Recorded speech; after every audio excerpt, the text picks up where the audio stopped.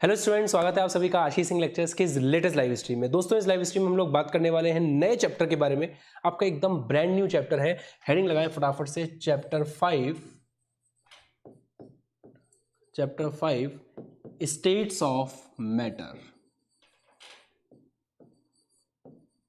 इसके बारे में हम बात करेंगे और स्टेट्स ऑफ मैटर में भी खासकर जो स्टेट आपको स्टडी करनी है वो है आपकी गैसियस स्टेट। तो ठीक है, स्टार्ट करते हैं। Very good afternoon to all of you. सभी को नमस्कार, राम राम, सत श्री अकाल, अस्सलाम वालेकुम, whichever you feel connected with. Let's get started. Heading आप लोग सब बच्चे लगाएं, नया चैप्टर शुरू होने जा रहा है। पूरी एनर्जी के साथ में आपको क्लास अटेंड करनी है ताकि आप चीज़ों को अच्छे से समझ सको। और मैं आपके कमेंट वगैरह ऑब्जर्व करता रहूँगा ताकि आपके जो भी डाउट्स वगैरह रहे अपन उसको देख सकें और समझ सकें। देखो, सबसे पहली बात यह है कि स्टेप बाय स्टेप चलना पड़ेगा इस चैप्टर में। यहाँ पे कोई शॉर्टकट नहीं है। चैप्टर बहुत छोटा है, हालांकि मैं 3-4 दिन क्लासेस में खत्म कर दूंगा, बट हाँ, चैप्टर में न्यूमेरिकल्स भी अपन को करने पड़ेंगे क्योंकि न्यूमेरिकल भी एग्जाम में आते हैं।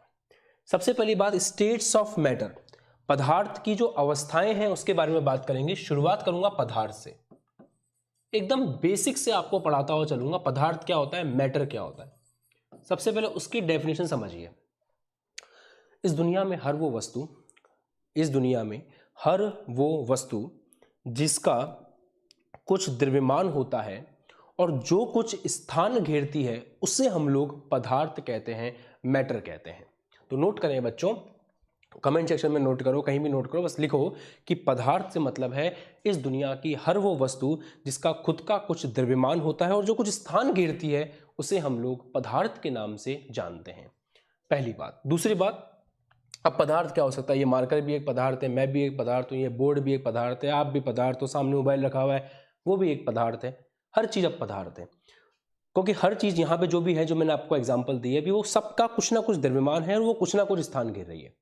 ठीक, एक बात। दूसरी बात समझिए कि पदार्थ की अवस्थाएं होती हैं। अब पदार्थ की अवस्थाएं की बात करें ना, तो पदार्थ की मुख्यतः 3 अवस्थाएं होती हैं। तो एक बात नोटिस करना, कभी भी प्यारे बच्चों ये मत बोलना कि पदार्थ की केवल 3 अवस्थाएं होती हैं।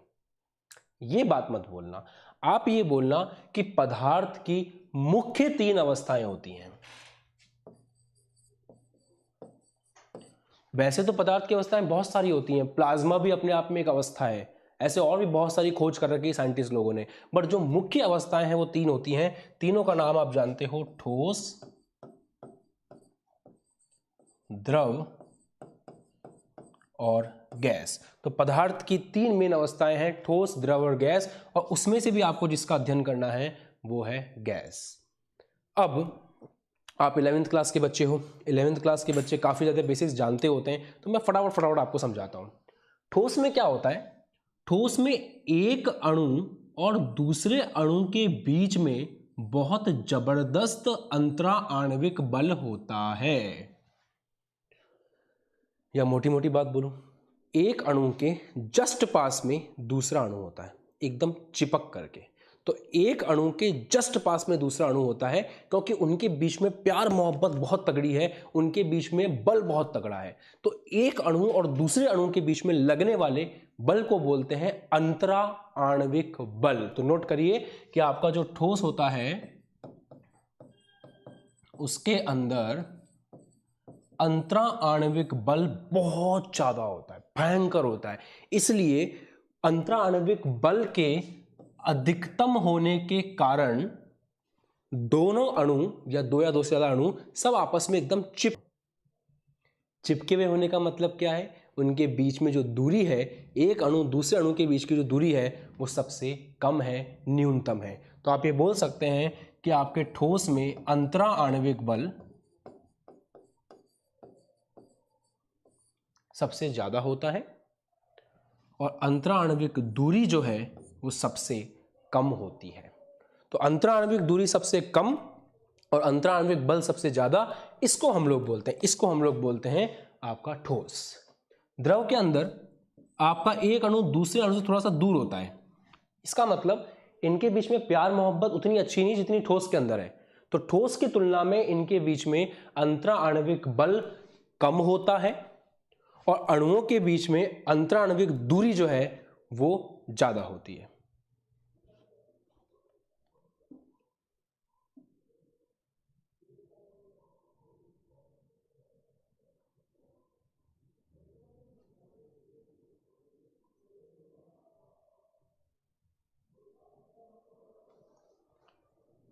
ठीक है। अब देखते हैं गैस के अंदर। तो गैस में क्या होता है उस बात को देखिए। गैस के अंदर ये होता है कि आपके जो अणु है, एक अणु दूसरे अणु से बहुत ज्यादा दूर होता है। तो एक अणु दूसरे अणु से बहुत ज्यादा दूर होता है, जिसके कारण उनके बीच में अंतराण्विक बल सबसे कम होता है और अंतराण्विक दूरी जो है वो सबसे ज्यादा होती है। तो यहां पे ध्यान दें, तो यहां पे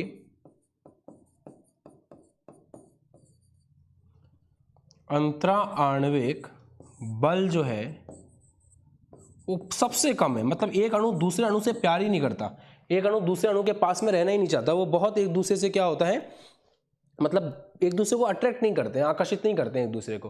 तो आकर्षित नहीं करने के कारण क्या होता है कि अंतराण्विक बल न्यूनतम होता है। परंतु हाँ, अंतराण्विक बल के न्यूनतम होने के कारण जो अंतराण्विक दूरी है वो गैस के अंदर अधिकतम देखने को मिलती है।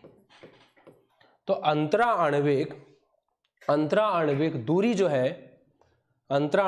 जो है वो अधिकतम होती है और अंतराण्विक बल जो है वो न्यूनतम होता है गैस के अंदर।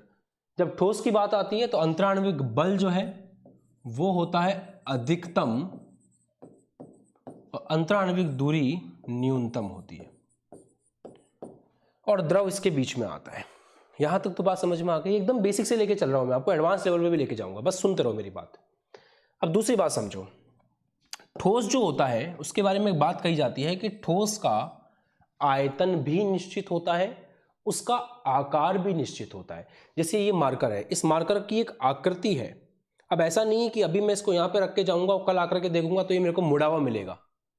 इसकी जो आकृति है वो फिक्स है, इसका जो शेप है वो फिक्स है, इसका जो आकार है वो फिक्स है, इसका जो आयतन है वो फिक्स है।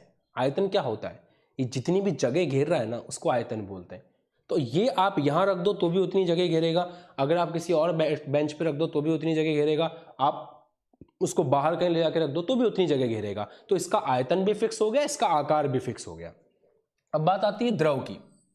तो द्रव के साथ में ऐसा है, द्रव का तो वो है कि जिस पात्र में रखो ये उसी का आकार ले लेता है। जैसे मान लो आपने दूध लिया, उस दूध को गिलास में रखा तो गिलास की आकृति ले लेगा। उस दूध को अगर आप भगोनी में रखोगे तो भगोनी की आकृति ले लेगा। उसी को अगर आप इस तरह के किसी पात्र में रखोगे तो इसी पात्र का आकार ले लेगा। तो द्रव को जिस पात्र में रखते हैं वो उसी पात्र का आकार ले लेता है। परंतु हां, अपन ये बोल सकते हैं कि द्रव के लिए आकार तो अनिश्चित है, आकार निश्चित नहीं, आकार बदलता रहता है। जिस पात्र में रखोगे वो बिल्कुल वैसा हो जाएगा। परंतु द्रव के लिए जो आयतन है प्यारे बच्चों वो निश्चित होता है। आयतन के निश्चित होने का मतलब क्या है? आयतन के निश्चित होने का मतलब यह है कि आप सोचो ना, खुद का दिमाग लगाओ। अगर आपने इधर 1 लीटर दूध डाला है, उसी 1 लीटर दूध को आप गिलास में डालोगे तो भी तो वो 1 लीटर ही रहेगा। वो इस बर्तन का 1 लीटर घेर रहा था, अब वो इस गिलास का 1 लीटर घेरेगा। भगोनी में डालोगे तो भी वो 1 लीटर ही रहेगा। तो पॉइंट यहां पे ये है ना, जो बहुत बड़ा पॉइंट है, कि आपका ऐसा नहीं है कि एक गिलास से निकाल करके आपने दूसरे गिलास में डाला या दूसरे पात्र में डाला तो द्रव की मात्रा बढ़ जाएगी, कम हो जाएगी। ऐसा तो नहीं होगा ना। अगर वो 1 लीटर है तो 1 लीटर ही रहेगा। इसलिए कहते हैं कि द्रव का आयतन जो है वो निश्चित होता है। उस 1 लीटर दूध को आप यहां पे ढोल दो जमीन पे, तो जमीन का जितना 1 लीटर है उतना एरिया वो घेर लेगा। आयतन तो उसका 1 लीटर ही रहेगा। बात आती है गैस की। सबसे अनिश्चितता जो है वो गैस में देखने को मिलती है। गैस ना तो उसका आकार निश्चित है, जिस पात्र में डालो वैसा हो जाएगा, ना उसका आयतन निश्चित है। आप समझो, इस कमरे में जितनी भी हवा है उस सारी हवा को मैं एक सिलेंडर में भी भर सकता हूं। मतलब जितना पात्र दोगे उतने में एडजस्ट कर लेगी वो अपने आप को। अगर आपने इस पूरे कमरे की हवा को एक डिब्बी में बंद किया तो डिब्बी जितनी जगह घेरेगी, उस डिब्बी को खोल करके आप पूरे कमरे में बिखेर दो, पूरे कमरे के बराबर जगह घेर लेगी। कमरे का गेट खोल दो, पूरी दुनिया के बराबर जगह घेर लेगी। मतलब गैस का आयतन भी निश्चित नहीं होता और गैस का आकार भी निश्चित नहीं होता। आप चाहो तो,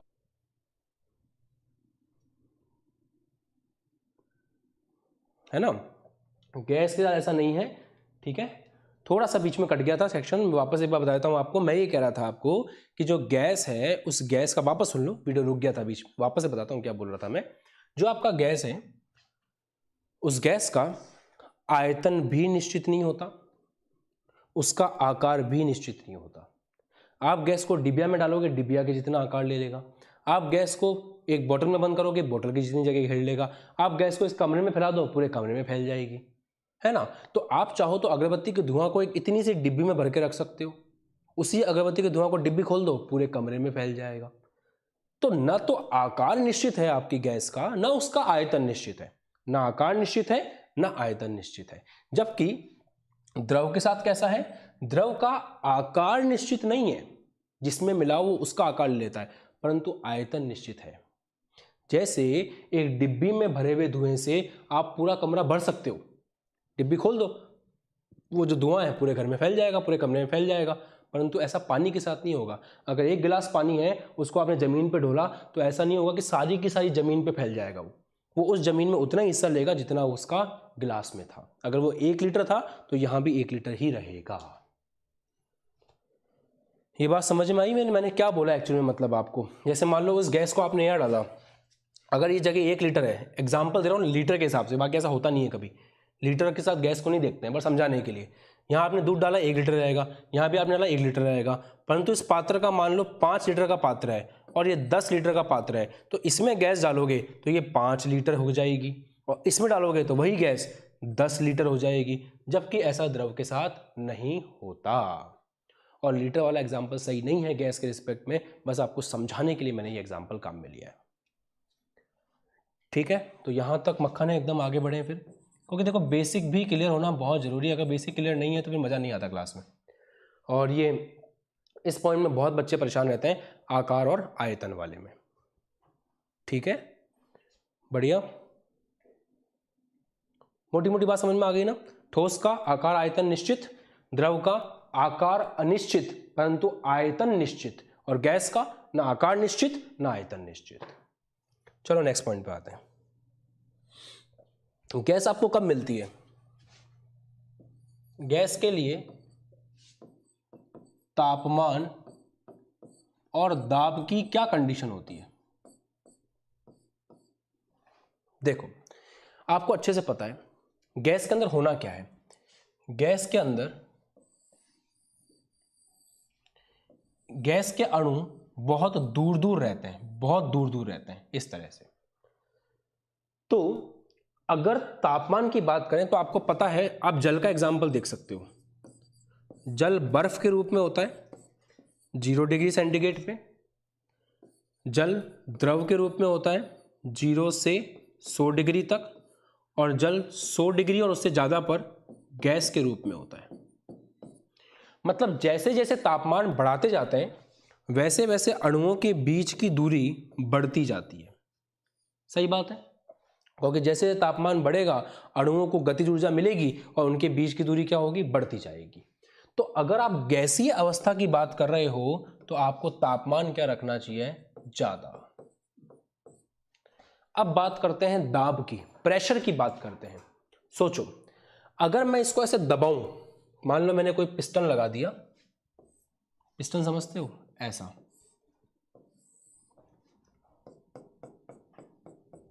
मान लो मैंने इस तरह का एक पिस्टन लगा दिया और इस पिस्टन से मैं इसको दबा रहा हूं। तो अगर मैं पिस्टन से ऐसे दबाऊंगा तो ये अणु तो पास पास आएंगे, अणु पास पास आएंगे, तो गैसीय अवस्था से कौन सी अवस्था आने लगेगी? द्रव अवस्था। और ज्यादा दबाऊंगा तो द्रव अवस्था से क्या आने लगेगी? ठोस अवस्था। इसका मतलब यह हुआ कि दाब आप जितना ज्यादा बढ़ाओगे उतना ज्यादा गैस कम होती जाएगी। और दाब लगाओ मत, दाब को कम कर दो। दाब कम करने का मतलब है पिस्टन को ऊपर ले जाओ, तो गैस को फैलने की और जगह मिलेगी और गैसीय अवस्था आराम से स्थायी रहेगी। तो दाब क्या रखना चाहिए अपन को गैस के लिए? कम। और तापमान क्या रखना चाहिए अपन को गैस के लिए? ज्यादा। तो नोट करें, गैस के लिए अच्छी बात क्या है? गैसीय माध्यम आपको तब मिलेगा जब आपका हो हाई टेम्परेचर और लो प्रेशर। तो हाई टेम्परेचर और लो प्रेशर के ऊपर आपको देखने को मिलेगी गैसीय अवस्था। बताइए, यहां तक सबको समझ में आ गया है? कोई दिक्कत तो नहीं है किसी को? बढ़े आगे? ठीक है। अब हमको बात करनी है गैसीय अवस्था के बारे में। तो गैस के लिए अपन एक एक करके चीजें डिस्कस करना शुरू करते हैं। हेडिंग लगाओ गैसीय अवस्था। गैसीय अवस्था, सबसे पहले हम देखते हैं गैस का द्रव्यमान, मास। अब गैस का द्रव्यमान कैसे निकालेंगे, तो उसका एक सिस्टमेटिक तरीका है। जैसे मान लो आपको एक क्वेश्चन में मैं हिंट देता हूं क्वेश्चन से आपको। जैसे आपको ये बोला कि ये कमरा है, इस कमरे का ये ब्लॉक है, मान लो ये खाली डब्बा है, इसका द्रव्यमान है W1 और अभी इसके अंदर कोई भी गैस भरी हुई नहीं है। हमने क्या किया, इसके अंदर जैसे ही गैस भरी, गैस भरने के बाद इसका द्रव्यमान हो गया W2। तो गैस का द्रव्यमान कितना आया, गैस का द्रव्यमान आया W2 माइनस W1। ये तो एकदम कॉमन सेंस वाली बात है ना, मेरे बिना बताए आप लोग समझ सकते हो। बिल्कुल कॉमन सेंस वाली बात है कि अगर इस ब्लॉक के अंदर, इस डब्बे के अंदर कोई भी गैस नहीं थी और उसका द्रव्यमान W1 था, आपने गैस भर दी, गैस भरने के बाद द्रव्यमान मान लो W2 हो गया, तो कितना अंतर आया द्रव्यमान का, वो अंतर किस चीज का है, वो गैस का द्रव्यमान है। सही बात है, वो द्रव्यमान गैस का द्रव्यमान है। बताओ कोई दिक्कत किसी को? आगे बढ़े। अब इसमें एक और चीज है, मोल के बारे में भी आपको पता होना चाहिए। तो देखो, जब आप न्यूमेरिकल्स वगैरह करते हो, वैसे मैंने आपको 11वीं क्लास में बहुत अच्छे से केमिस्ट्री में मोल पढ़ाए हैं। नहीं आपको आता है तो आप हेडिंग लिखें मोल कॉन्सेप्ट यूट्यूब के ऊपर, आगे लिख दें आशीष सर, आ जाएगा वहाँ पे, वो वीडियो आपको देखना चाहिए। फिर भी डायरेक्ट फॉर्मूला होता है मोल के लिए द्रव्यमान बटा मोलर द्रव्यमान। तो इस फॉर्मूले को आप याद रख सकते हैं, जब भी न्यूमेरिकल करवाऊंगा मैं आपको इसी फॉर्मूले की हेल्प से होगा कि मोल बराबर द्रव्यमान बटा मोलर द्रव्यमान। ठीक है, तो इसको ध्यान रखना है और आपको ग्राम में रखना है। द्रव्यमान भी आपको ग्राम में रखना है और मोलर द्रव्यमान भी आपको ग्राम में रखना है। और जनरली मोल को अपन n से प्रदर्शित करते हैं, गैस के द्रव्यमान को स्मॉल m से और गैस के मोलर द्रव्यमान को कैपिटल M से। तो फॉर्मूला बनता है स्मॉल n बराबर small m upon capital M। Note करिए इसको।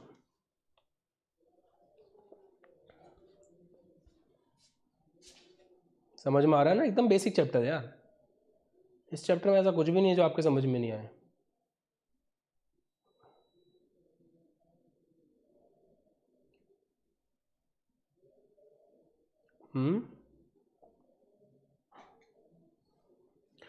ठीक है, आगे बढ़े। चलो अब आगे बात करते हैं। तो ये आपने द्रव्यमान के बारे में और आयतन के बारे में, द्रव्यमान के बारे में जाना। अब हेडिंग लगाएं आप आयतन।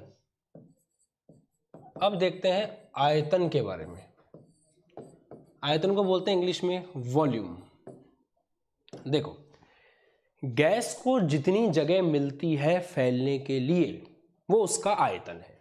परंतु यहां पे क्या होता है ना, कभी कभी हम लोग गड़बड़ कर देते हैं। जैसे क्वेश्चन एग्जाम में ऐसे आया कि ये एक कमरा है, इस कमरे का आयतन V है, कमरा बिल्कुल खाली है। अगर इस कमरे में कोई गैस डालते हैं तो उसका आयतन कितना होगा? तो आप दिमाग लगा लेते हो कि हाँ यार कमरा खाली है, अगर इसके अंदर अपने गैस डाली तो गैस पूरे कमरे में फैल जाएगी और गैस का द्रव्यमान कितना हो जाएगा? V हो जाएगा। आपकी बात बिल्कुल सही है। परंतु किसी क्वेश्चन में आपको ऐसे दिया हुआ हो कि ये कमरा है, इस पूरे कमरे का आयतन V है और इसके अंदर एक सेक्शन है जो भरा हुआ है। अब हो सकता है वहां पे आपका कंकड़ रखे हो, पत्थर रखे हो, कुछ भी रखा हो, सोफा रखा हो, जगह कैसे भी करके भरी हुई है और जो जगह भरी हुई है उसका आयतन V डैश है।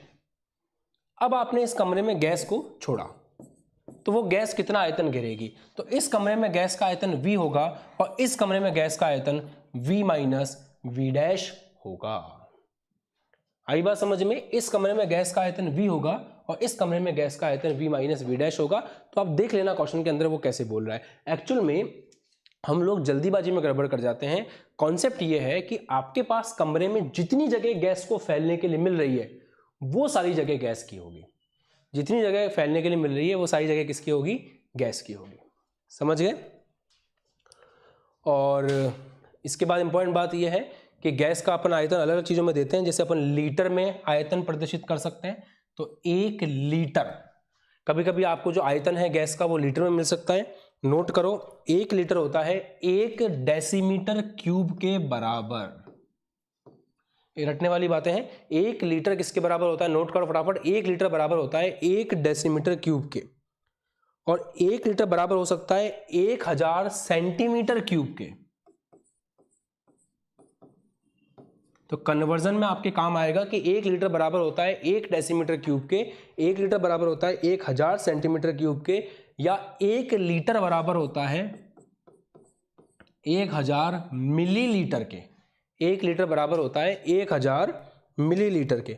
और वैसे तो ना लीटर के लिए कैपिटल एल काम में लेते हैं।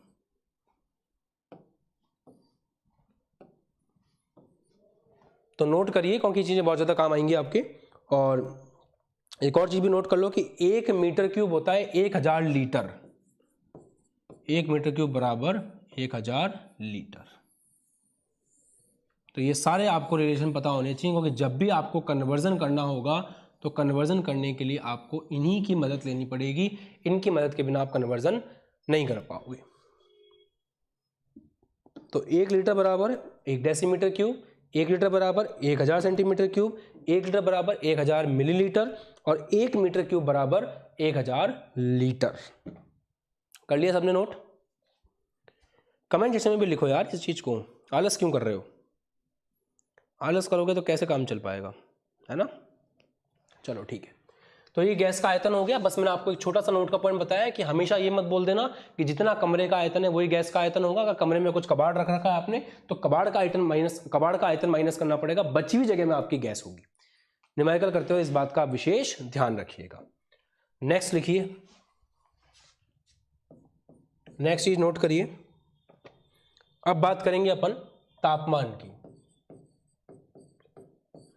तो गैस का जो तापमान है वो तापमान किस में दिया जाता है? देखिए, गैस का तापमान अपन केल्विन में मापते हैं। वैसे तो सबसे ज्यादा केल्विन के अंदर मापते हैं, ठीक है।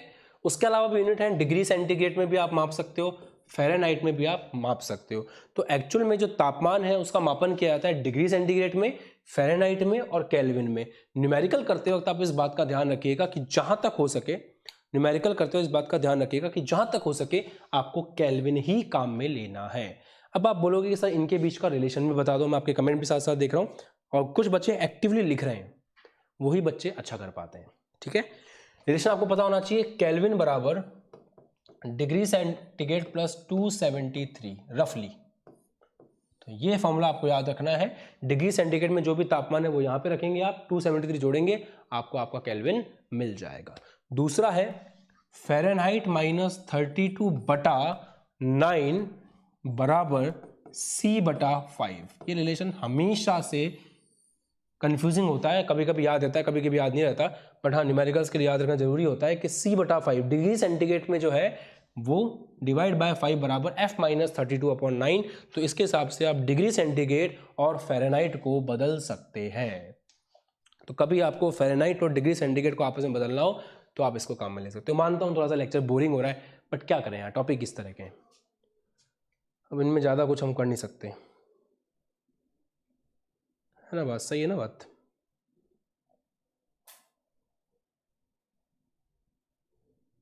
ठीक है। फिर यहाँ तक आ गया समझ में सबके? ठीक है, चलो अब बात करते हैं अपन दाब की, बात करते हैं, प्रेशर की बात करते हैं। तो नेक्स्ट हेडिंग लगाएं, दाब, प्रेशर।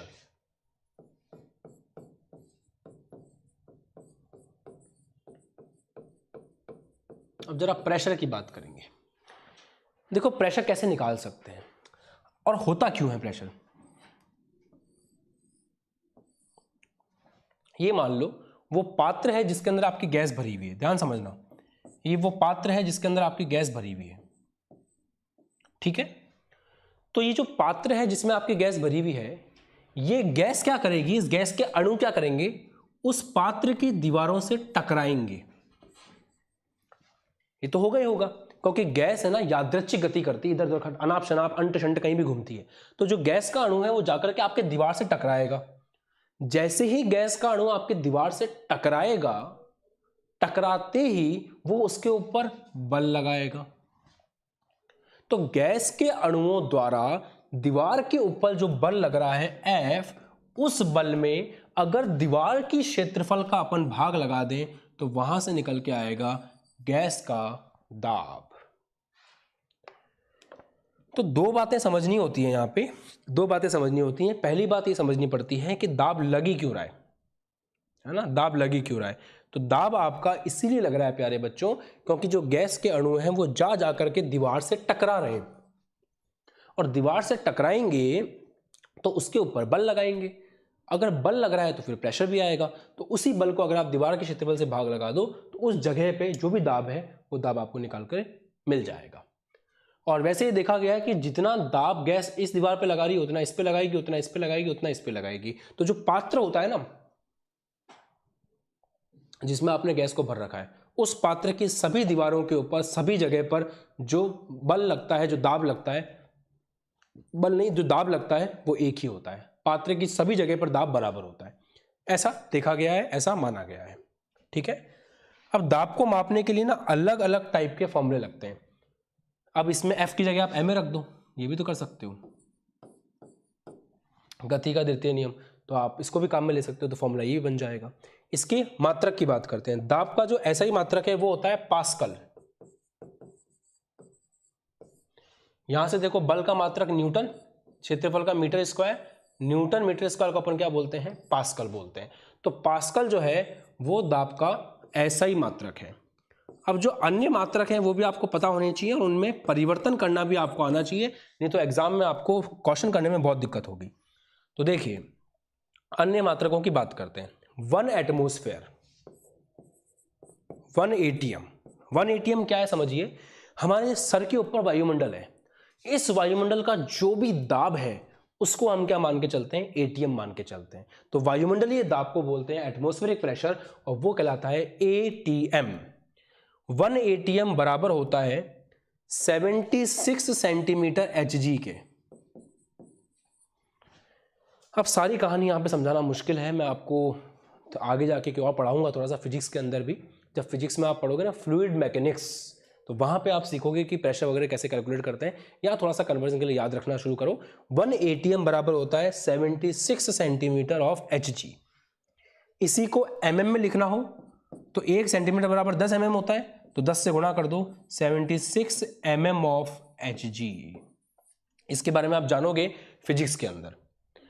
यही 1 एटमॉस्फेरिक बराबर होता है, यही 1 एटमॉस्फेरिक बराबर होता है 1.013 इंटू 10 की घात 5 पास्कल के। यही 1 एटमॉस्फेरिक बराबर होता है 1.013 इंटू 10 की घात 5 पास्कल के। पास्कल का मतलब समझ रहे हो ना, न्यूटन पर मीटर के। तो एक कन्वर्जन करने के लिए आपको ये चीज भी याद होनी चाहिए, नोट करते हुए चलो, अच्छे से नोट करते हुए चलो, है ना। और एक और होता है, यही 1 एटमॉस्फेरिक, यही 1 एटमॉस्फेरिक, यही 1 एटमॉस्फेरिक आपका बराबर होता है 1.013 बार के। बार भी प्रेशर की एक यूनिट है, तो 1 एटमॉस्फेरिक बराबर होता है 1.013 बार के। यही 1 एटमॉस्फेरिक बराबर होता है 760 टॉर के। टॉर भी अपने आप में एक प्रेशर की इकाई है। तो ये तो अपने आप में एक ऐसी चीज है ना, जैसे आपको पता है कि भाई इंसान की 2 आंखें होती हैं, 2 कान होते हैं, है ना। ये सब चीजें फैक्ट हैं, हम इसको फैक्ट की तरह पढ़ते हैं। तो बिल्कुल ये भी आपको एज अ फैक्ट की तरह ही याद रखना है, क्योंकि आपको एग्जाम में यूज करना पड़ेगा न्यूमेरिकल करते वक्त। तो बस वही आपको पता होना चाहिए कि 1 एटमॉस्फेरिक बराबर है 76 सेंटीमीटर एचजी के या 760 mm ऑफ एचजी के। 1 एटमॉस्फेरिक बराबर है 1.013 इंटू 10 की घात 5 पास्कल या न्यूटन मीटर स्क्वायर के। 1 एटमॉस्फेरिक बराबर है 1.013 बार के। 1 एटमॉस्फेरिक बराबर है 760 टॉर के। इसमें मैं और आप कुछ भी नहीं कर सकते, ये चीजें फिक्स हैं और इनको साइंस के अंदर कैलकुलेट करके एक दर्जा दे दिया गया है। और ये बेवड़ों वाला बार नहीं है, ये अलग बार होता है, ठीक है, ठीक है।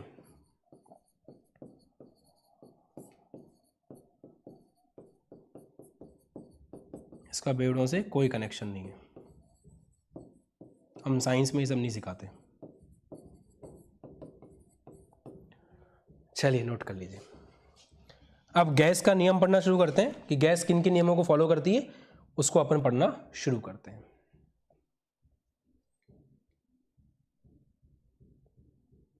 ठीक है,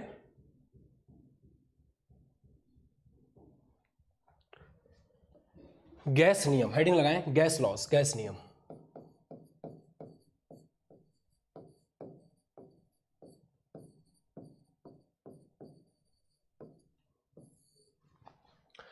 देखो पीवी इज इक्वल टू होता है एनआरटी।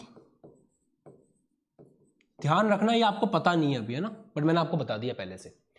जब ये तीनों गैस के लॉ दिए गए थे ना, उस समय PV is equal to NRT ऐसा नहीं था, उसके बाद में ये निकल करके आया। बट अगर आपको तीनों गैस लॉस बहुत अच्छे से समझने हैं बिना किसी दिमाग में हेडक लिए, तो आपको पीवी बराबर एनआरटी को दिमाग में रखना है, माइंड में रखना है आपको कि पीवी बराबर एनआरटी भी कोई चीज होती है। उसके बाद आप सब समझ पाओगे। पीवी बराबर एनआरटी में कौन क्या क्या है पहले वो देख लो। पी आपका दाब है, वी आयतन है गैस का, एन नंबर ऑफ मोल है जिनके बारे में आपने जाना जो होता है M upon capital M, R एक नियतांक है जिसको हम गैस नियतांक बोलते हैं, इसके अपने अपने मान होते हैं जिनके बारे में आप बाद में पढ़ोगे। टी तापमान है, तो टी आपका क्या है, तापमान है। अब जरा ध्यान रखें कि पी बराबर एनआरटी आपको याद रखना है। जब भी आप किसी भी गैस के नियम का अध्ययन कर रहे हो, यह आपके दिमाग में रहेगा, तो आपसे कभी गलती नहीं होगी। गैस नियम को समझने में एकदम बढ़िया से आपको समझ में आ जाएगा। शुरू करते हैं, ध्यान से देखिएगा। सबसे पहला नियम अपन पढ़ने जा रहे हैं, हेडिंग लगाइए, बॉयल का नियम, बॉयल्स लॉ।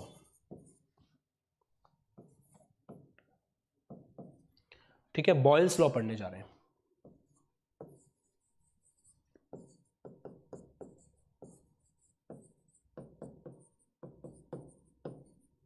ध्यान से देखिएगा। बॉयल्स लॉ में टेम्परेचर कांस्टेंट रहता है, मतलब बॉयल्स लॉ क्या कहता है, बॉयल्स लॉ कहता है अगर आपने दो चीजें फिक्स कर दी, पहला आपने गैस का द्रव्यमान फिक्स कर दिया। गैस का द्रव्यमान समझते हो कि जितनी गैस आपने एक बार ले ली उतनी लेनी है आपको, उसके बाद ना तो उसको बढ़ाना है ना कम करना है। तो एक बार अगर आपने गैस का द्रव्यमान नियत कर दिया, दूसरी भाषा में बोलूं गैस का द्रव्यमान नियत किया मतलब उसके नंबर ऑफ मोल भी आपने नियत कर दिए। तो अगर आपने गैस का द्रव्यमान फिक्स कर दिया, नियत वर्ड समझ में नहीं आता, उसकी जगह फिक्स वर्ड समझ लिया करो।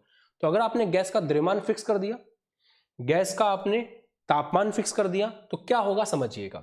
देखो मैं आपसे सिंपल सी बात पूछता हूं, सिंपल सी बात, जैसे ये पिस्टन है मान लो, अगर मैंने इस पिस्टन को दबाया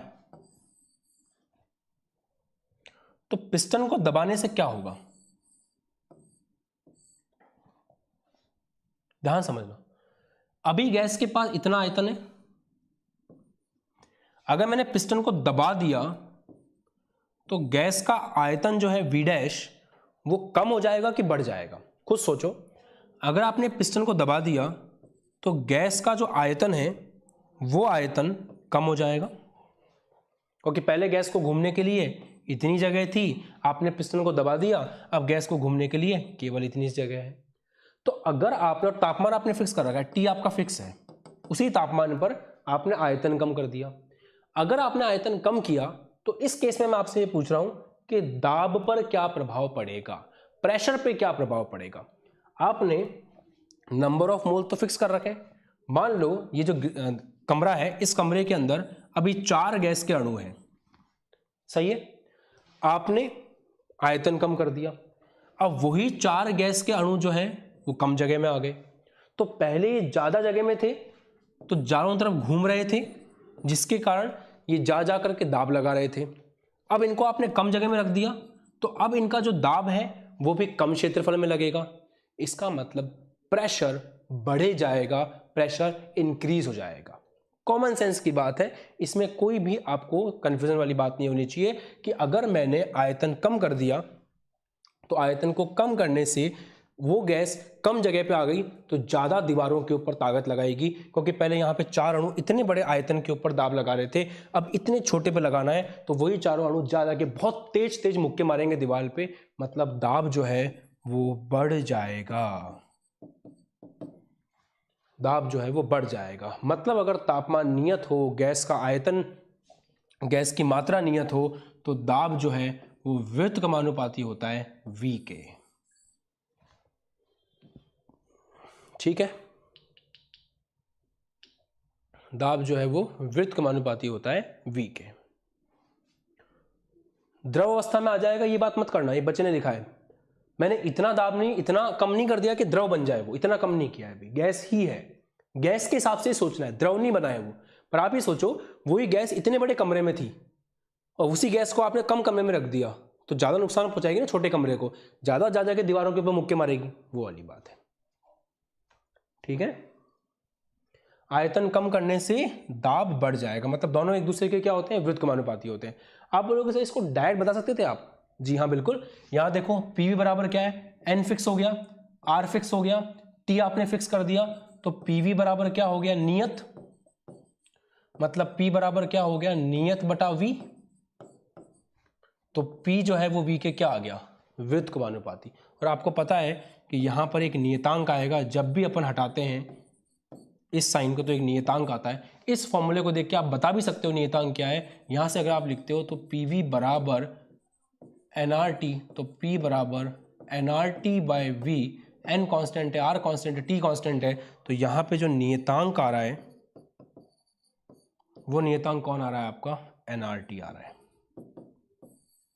ठीक है, हालांकि अभी मैं इसको नहीं बता रहा क्योंकि यहाँ पे अपन को अभी पता नहीं, अपन ऐसा मान के चल रहे हैं, इसलिए इसको के बटा वी लिख के छोड़ते हैं।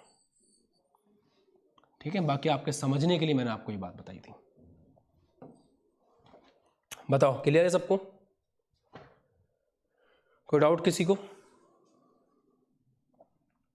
ठीक है, नोट करिए।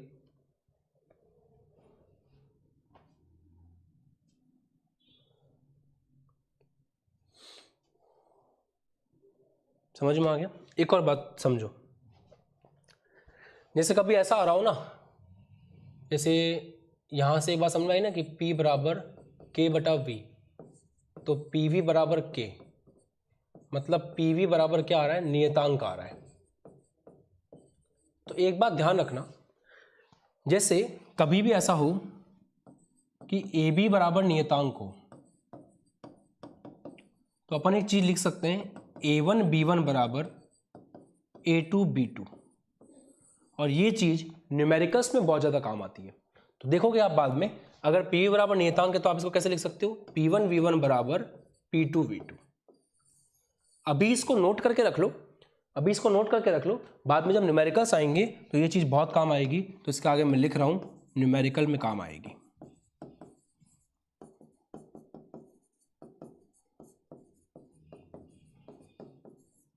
न्यूमेरिकल में ये चीज आपको काम आएगी।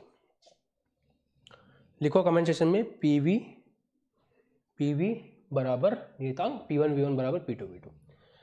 अब थोड़ा सा और मैं आपको ज्ञान देना चाहूंगा, जैसे मान लो कभी ऐसा हो कि A समानुपाती है B के, बहुत बड़ा ज्ञान है, इसको ध्यान रखना। ठीक है, अगर A समानुपाती है B के, इसका मतलब क्या है, A बढ़ेगा तो B भी बढ़ेगा, B बढ़ेगा तो A भी बढ़ेगा, B कम होगा तो A भी कम होगा। तो अगर A समानुपाती है B के और आप A और B के बीच में ग्राफ बनाते हो तो वो ग्राफ ऐसा जाएगा। अगर A व्युत्क्रमानुपाती है B के, मतलब B को बढ़ाएंगे तो A कम होगा, ऐसे केस में जब आप A और B के बीच में ग्राफ बनाओगे तो वो ऐसा जाएगा। परंतु यहां पे कहानी में एक ट्विस्ट है, वो ट्विस्ट ये है, आप देख लो ना, जैसे आप B को कम कर रहे हो तो A बढ़ रहा है, वही वाली बात हो रही है ना। परंतु यहां पे कहानी में एक ट्विस्ट है, अगर आप A और 1/B के बीच में ग्राफ बनाओगे, अगर आप A और 1/B के बीच में ग्राफ बनाओगे तो वो कैसा आएगा, सुनो। अगर दो चीजें एक दूसरे के समानुपाती हैं, इसको क्या बोलते हैं, समानुपाती। समानुपाती होने का मतलब पता है क्या, इधर जो लिखा है उसके सामने इधर लिखा हुआ है। और सिंपल भाषा में बात करूं, देसी भाषा में, तो समानुपाती का मतलब होता है अगर एक चीज बढ़ेगी तो उसके सामने वाली चीज भी बढ़ेगी, एक चीज कम होगी तो उसके सामने वाली चीज भी कम होगी। ये होता है समानुपाती का मतलब। बुझे, समझ में आया? अब देखो यहां पे आप देख रहे हो समानुपाती, तो ग्राफ सीधा जा, यहां पे A जो है वो B के क्या है, व्युत्क्रमानुपाती है। जैसे एक यहां लिखा हो, एक यहां लिखा हो, इसका मतलब है इसको बढ़ाओगे तो ये कम होगा, इसको कम करोगे तो ये बढ़ेगा, उल्टे हैं एक दूसरे को, 36 का आंकड़ा एक दूसरे के बीच में, तो उसका ग्राफ ऐसा आता है। परंतु ध्यान देना, मैं यहां पे ग्राफ किसके बीच में बना रहा हूं, ए के बीच में और 1/b के बीच में, ए के बीच में, ए के बीच में और 1/b के बीच में।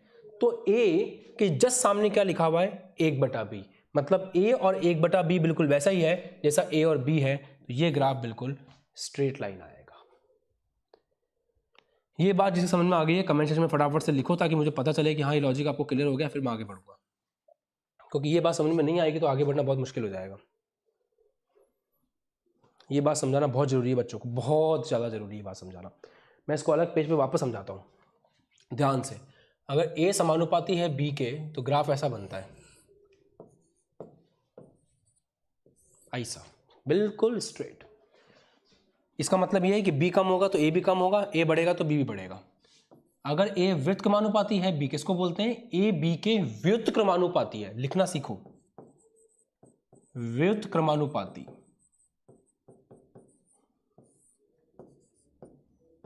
ऐसे बोलते हैं इसको। और इसको क्या बोलते हैं, ए अनुक्रमानुपाती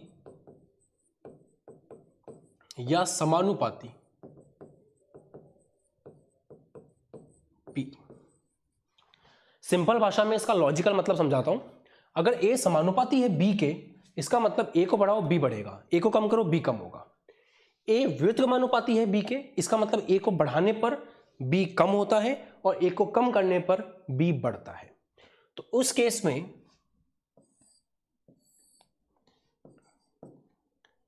ए और बी का बीच का ग्राफ ऐसा आता है, इस टाइप का। और अगर आपको इसी में एक चीज समझने की कोशिश करना कि अब मैं ग्राफ किसके बीच में बना रहा हूं, ए के बीच में और 1/b के बीच में, आया समझ। तो अगर a और 1/b को देखो तो a तो ये रहा, उसके जस्ट सामने कौन लिखा हुआ है, 1/b। इधर ग्राफ किसके बीच में बन रहा है, a और जो उसके नीचे लिखा हुआ है b। तो ये ग्राफ ऐसा आएगा और a 1/b के समानुपाती है। ये वाला पैटर्न बन रहा है कि इसके सामने जस्ट जो लिखा हुआ है अगर उनमें ग्राफ बनाओगे तो सीधा आएगा। तो वही वाली बात हो रही है, यहां पे ग्राफ बिल्कुल सीधा आएगा। ठीक है,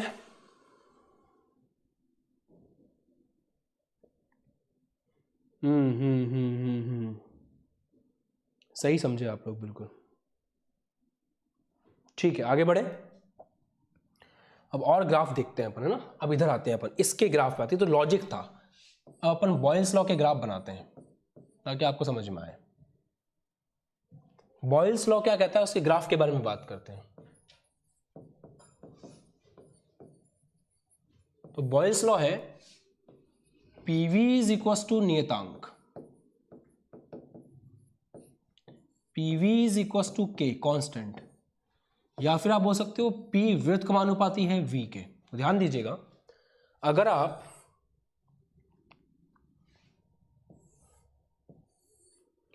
P और V के बीच में ग्राफ बनाते हैं, ध्यान समझना बहुत है ना। अगर P और V के बीच में ग्राफ बनाते हैं तो P व्युत्क्रमानुपाती है V के, तो ये ग्राफ कैसा आएगा, ऐसा आएगा, है ना, क्योंकि P व्युत्क्रमानुपाती है V के। अगर यहीं पे आप ये ग्राफ ऐसा बनाते हैं कि P और 1/V के बीच में बनाते हैं, तो P 1/V आमने सामने है, तो ये ग्राफ ऐसा आएगा। ये बात समझ सकते हैं। अगर आप ग्राफ बनाते हैं PV और V के बीच में, तो सोचिए कैसा आएगा, और PV और P के बीच में, तो सोचिए कैसा आएगा। जस्ट थिंक ओवर इट, क्योंकि सोचने का टैक्स थोड़ी लगता है। सोचो,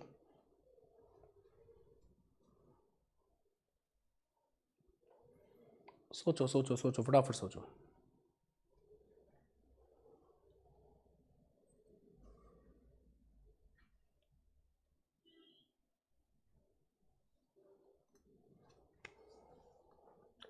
देखो, PV बराबर क्या है, नियतांक। इस तरह सोच के देखिए, PV बराबर क्या है, नियतांक है, मतलब PV बराबर एक फिक्स चीज है, कांस्टेंट है। तो V को आप कितना भी बदलो, समझना ध्यान से, क्योंकि ये चीजें इंपॉर्टेंट है। v को आप कितना भी बदलो, pv तो फिक्स ही है। v को आप कितना भी बदलो, pv तो फिक्स ही है। इसका मतलब pv नियतांक है, तो pv का मान मान लो 5 है, तो v को आप कुछ भी रखो, pv का मान 5 ही होगा, 5 ही होगा, 5 ही होगा, 5 ही होगा। इसका मतलब ये ग्राफ ऐसा बनेगा। ये ग्राफ ये दिखाना चाहता है कि आप v का मान कुछ भी रखो, pv जो है वो तो एक नियतांक है। आए समझ में बात? ये तो बॉयल्स लॉ है। p का मान आप कुछ भी रखो, v अपने आप को ऐसे एडजस्ट करेगा कि p और v का जो गुणनफल है वो नियत ही आएगा, क्योंकि pv क्या है, फिक्स है। समझ में आई ये बात?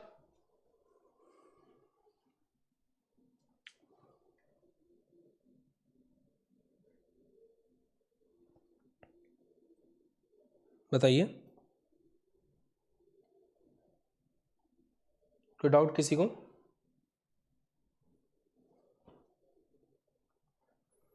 आ रहा है ना समझ में क्या बोल रहा हूं मैं, है ना? समझ में आ रहा है ना? अच्छे से आ रहा है समझ में?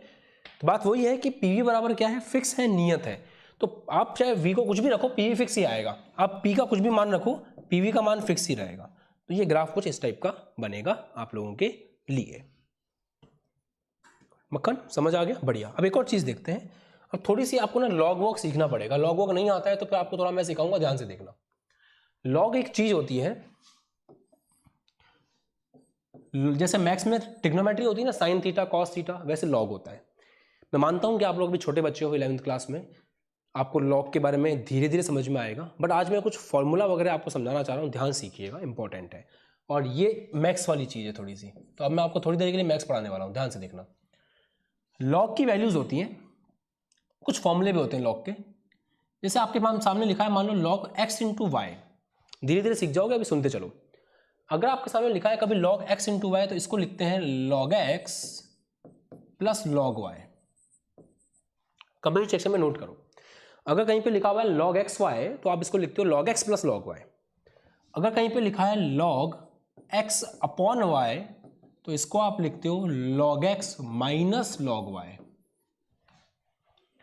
अगर कहीं पे लिखा है log x की पावर y, तो इसको आप लिखोगे y log x। अभी आपके हो सकता है 1 फुट ऊपर से जाए, बट समझाना मेरा फर्ज है, और धीरे धीरे आ जाएगा ये, है ना। और बायो वाले बच्चे तो अपने आप को ये समझते हैं कि वो एलियन है, तो ऐसी कोई बात नहीं, आप लोग भी सीख सकते हो, बस फॉर्मेट को पकड़ने की कोशिश करो। तो यहाँ तक ठीक है। और एक और बात, आप लोगों ने मैथ्स पता नहीं कितनी पढ़ी है, मुझे नहीं पता, बट आप लोगों को मैथ्स में y बराबर mx प्लस सी के बारे में थोड़ा पढ़ना पड़ेगा। ये सरल रेखा का समीकरण होता है। इसका मतलब क्या है, ध्यान से देखना। y मतलब है जो y अक्ष पर है, x का मतलब है जो x अक्ष पर है, c का मतलब है जहां से आपका ग्राफ शुरू होना है।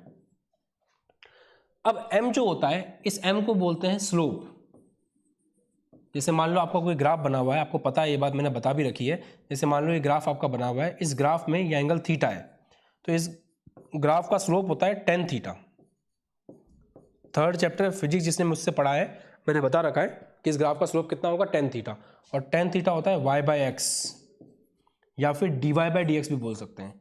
तो dy/dx भी क्या होता है, ग्राफ का स्लोप होता है। मैंने कहा ना मैं मैथ्स पढ़ा रहा हूँ, तो हो सकता है कुछ बच्चों के ऊपर से जाए, और बायो वाले तो पहले से मान के चलते हैं हमको नहीं आएगा, तो उनको और दिक्कत होती है। ठीक है, थोड़ा ध्यान से देखना बस। तो इंपॉर्टेंट बात यह है कि यहाँ पे y आएगा, यहाँ पे x आएगा। स्लोप का मतलब क्या है, स्लोप का मतलब है tan थीटा। अगर स्लोप पॉजिटिव आया तो ये ग्राफ C से चढ़ाई मारता है, अगर स्लोप पॉजिटिव है। और यही स्लोप अगर नेगेटिव हो, यहां बना दूं, अगर यही स्लोप नेगेटिव हो तो y ये रहा, x ये रहा, ग्राफ वही है y बराबर mx प्लस सी। अगर m नेगेटिव हो तो ये c से ग्राफ आपका नीचे आता है। तो ये जो भी बात मैंने आपको बताई है, इसको आप जनरल नॉलेज करके सेव कर लेना। अब यहां पे अप्लाई करूंगा तो आपको और मजा आएगा और समझ में आएगा। पहले यहां तक नोट कर लो।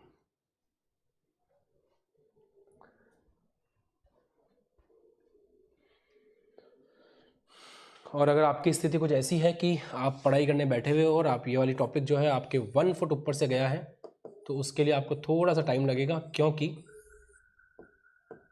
ये जो टॉपिक है ये बायो वालों को तो ज़्यादा दिक्कत होती है, मैथ्स वाले भी कुछ उखाड़ नहीं पाते। वैसे सही बताऊँ मैं आपको, मैथ्स वालों को भी डाउट आता ही है इसके अंदर, फिर भी बायो वाले अपने आप को थोड़ा और डाउन समझते हैं कि हमको तो मैथ्स आ ही नहीं सकती।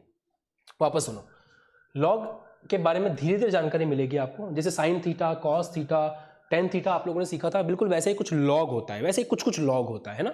लॉग एक्स वाई होता है log x plus log y, log x upon y होता है log x minus log y, log x की घात वाई होता है वाई लॉग एक्स, पावर आगे ले आओ, और y बराबर एम एक्स प्लस सी स्ट्रेट लाइन की इक्वेशन होती है। y का मतलब जो y अक्ष पर है, x का मतलब जो x अक्ष पे है, स्लोप टेन थीटा होता है। जो भी ग्राफ बना हुआ है उसमें जो थीटा बन रहा है उसको अपन स्लोप बोलते हैं। टेन थीटा क्या होता है, लंब बटा कर्ण, तो लंब में कौन आएगा y और कर्ण में कौन आएगा x, इसलिए लिखा मैंने y बटा x, या फिर इसको dy बाई डी एक्स भी बोलते हैं अवकलन के फॉर्मेट में। और यही स्लोप अगर पॉजिटिव हो तो ग्राफ C से ऊपर उठता है, और यही स्लोप अगर नेगेटिव हो तो ग्राफ C से शक करके नीचे आता है। ठीक है, अब लॉग को लॉगरिथम बोलते हैं। अब क्या करना है, अब इसको अपन स्टार्ट करते हैं, पोस्टमार्टम करना है इसका, ध्यान से देखना, इसका पोस्टमार्टम करना है, स्टार्ट करते हैं। सबसे पहली बात, दोनों तरफ लॉग लेते हैं अपन, तो दोनों तरफ लॉग लोगे तो ये हो जाएगा लॉग पीवी बराबर के। तो मैंने क्या किया, मैंने दोनों तरफ लॉग ले लिया, तो अगर मैं दोनों तरफ लॉग लेता हूं तो लॉग पीवी बराबर आ जाएगा लॉग के। ये x इंटू वाई जैसा नहीं लग रहा कुछ, तो x इंटू वाई क्या होता है, log x plus log y, तो ये हो जाएगा लॉग पी अलग लॉग वी अलग बराबर लॉग के। बोलो यहां तक बताओ, समझ में आया? आया कि नहीं आया? पक्का से आ गया। अब इस लॉग वी को उधर भेज दो, तो ये हो जाएगा लॉग पी बराबर माइनस का लॉग वी प्लस लॉग के। यहां तक बूझे? अब आपका सवाल ये होगा कि सर ये तो आपने जो किया समझ में आ गया, हमारे ठीक समझ में आ गया, क्योंकि यहाँ पे x इंटू वाई जैसा कुछ था तो आपने उसको x प्लस वाई कर दिया और लॉग वी को आपने उधर भेज दिया। अब ये y is equal to m x plus में पहचानते कैसे हैं कि y कौन होगा और x कौन होगा? ध्यान देना, जो लोग बदलते हैं ना वो होते हैं x और y। तो इन सब में देखो, तो इन सब में p बदल सकता है, v बदल सकता है, परंतु c क्या है, परंतु k क्या है? k कांस्टेंट है। स्टार्टिंग से बता रहा हूं कि k एक नियतांक है, ये नियत है, ये नहीं बदल सकता। तो जो नहीं बदल सकता है ना वो c बनेगा, c के साथ में जो है वो x बनेगा और सामने वाला y बनेगा। तो अब इसको कंपेयर करते हैं y बराबर एम एक्स प्लस सी से। ध्यान देना, बहुत अच्छे से ध्यान देना, नहीं तो समझ में नहीं आएगा। इसको कंपेयर करते हैं y बराबर एम एक्स प्लस सी से, तो कौन किसकी जगह लिखा हुआ है? ध्यान दो, y की जगह लिखा हुआ है log p, x की जगह लिखा हुआ है log v, c की जगह लिखा हुआ है log k, और m की जगह लिखा हुआ है माइनस का 1, क्योंकि यहां पे माइनस है। तो अगर कंपेयर करके बताऊं मैं आपको, तो y की जगह कौन है? log p, मार्कर दूसरा लेते हैं, दिख नहीं रहा होगा, अभी आप नए आए हो ना इस फील्ड में, इसलिए मैं आपको पूरा एक्सप्लेन कर रहा हूँ एक चीज़, तो मैं जल्दी भी कर सकता हूँ, फिर बाद में ऊपर से जाएगा। y की जगह कौन है? log p, x की जगह कौन है? log v, स्लोप m क्या है? माइनस का 1। देख लो, log v के साथ में क्या लिखा हुआ है? माइनस, मतलब माइनस का 1,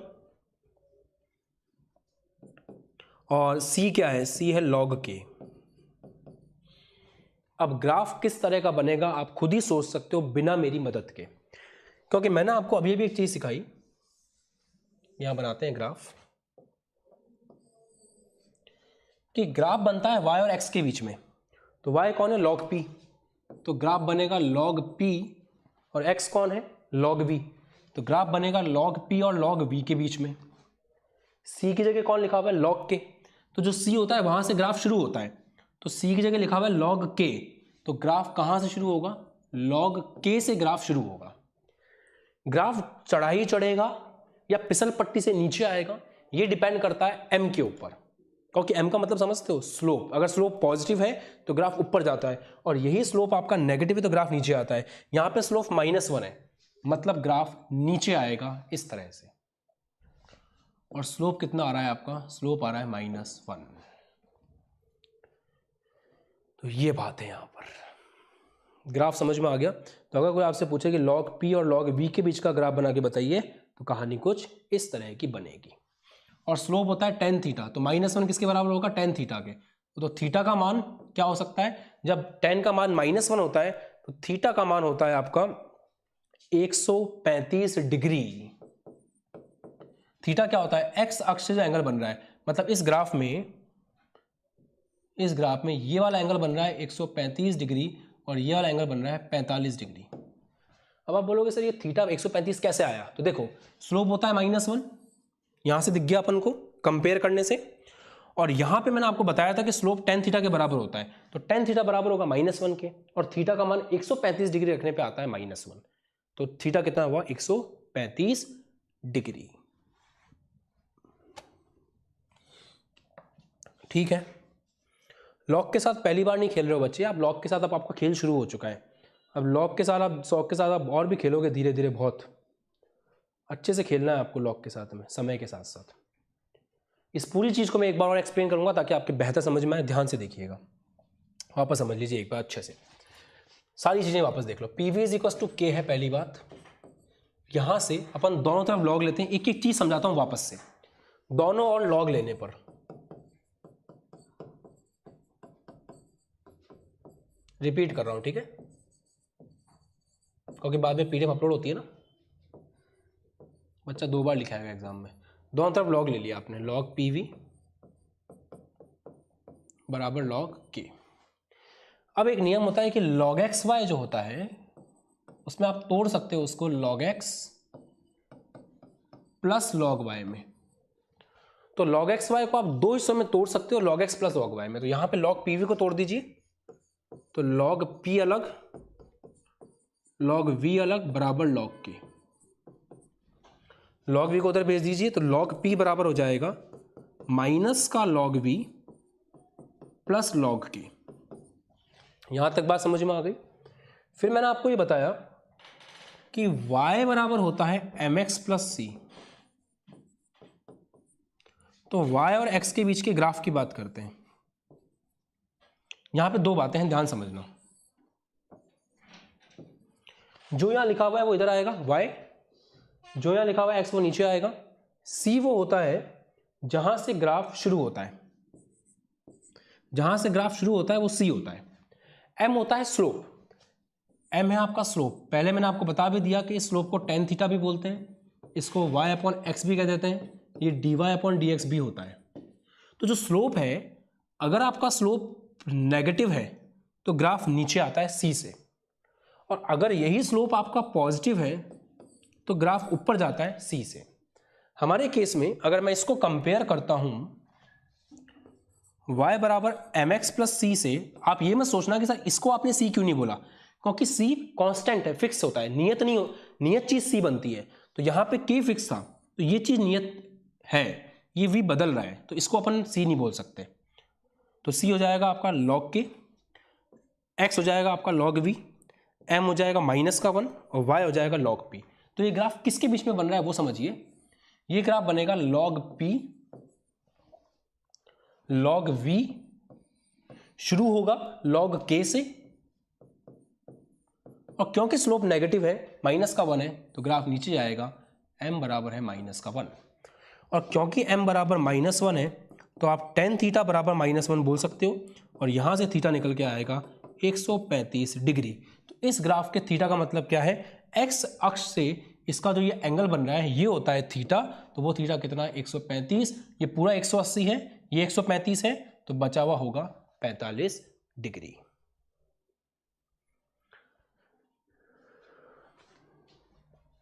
ठीक है, और अगर मैं मैक्स आपका लॉग हो चुका है तो फिर आपको कोई समस्या वाली बात है ही नहीं। तो दैट्स इट, मस्त रहिए। जिसको लॉग आता है बढ़िया है, जिसको लॉग नहीं आता है वो धीरे धीरे सीख जाएगा। एकदम नहीं आएगा लॉग आपको समझ में, धीरे धीरे लॉग आ जाएगा समझ में। ठीक है, तो ये अपन ने खत्म किया बॉयल्स लॉ। अब कल की क्लास में अपन पढ़ेंगे चार्ल्स लॉ, उसके बाद गैलोसिक, और इस तरह से चैप्टर आपका आगे बढ़ेगा। खत्म हो जाएगा चैप्टर जल्दी, परेशान नहीं होना है। और कल की दिक्कत और है, फिर क्लासेस भी अपन कोशिश करेंगे 1 दिन की 2 लेंगे तो हो जाएगा सिलेबस आपका जनवरी एंड तक। और जिस भी बच्चे ने अभी तक फोर्स बैच ज्वाइन नहीं किया उसको फोर्स बैच ज्वाइन कर लेना चाहिए, क्योंकि क्लास 12th में अब आप लोग आने वाले हैं और हमने आपके लिए स्पेशल बैच लॉन्च कर दिया है जो अभी वेलकम ऑफर में बिल्कुल बेस्ट प्राइस पे है। तो नीचे व्हाट्सएप नंबर शो है, उसमें मैसेज करिए, एप्लीकेशन इंस्टॉल करिए और वहाँ से फोर्स बैच की जानकारी लीजिए, क्योंकि वो बैच नेक्स्ट ईयर आपके लिए साबित होगा एकदम बेस्ट बैच। इसको अगर आप स्टार्टिंग से देखते हो तो हमारा टारगेट है कि आप 100 में से 100 लेकर के आओ, ऐसा हम पढ़ाने की कोशिश करेंगे। तो मिलते हैं आपसे अगली क्लास में। So guys, thanks for watching, please subscribe the channel and press the bell icon for daily notifications. Channel से पहले लाइक करना है, सब्सक्राइब करना है, शेयर करना है, बेल आइकन दबाना है, कमेंट करके बताना है कैसा लगा चैनल आपको वीडियो। चैप्टर का फर्स्ट वीडियो है, थोड़ी बहुत इसके अंदर मैथ्स भी आई है, तो मैं उम्मीद करता हूँ कि आपको थोड़ी मेहनत करनी पड़ेगी, बट मुझे पता है आप लोग कर लोगे। और इसकी पूरी PDF आपको मिल जाएगी एप्लीकेशन पे, बस आपको वहाँ पे मैसेज कर लेना है। बाय बाय, जय हिंद, टेक केयर।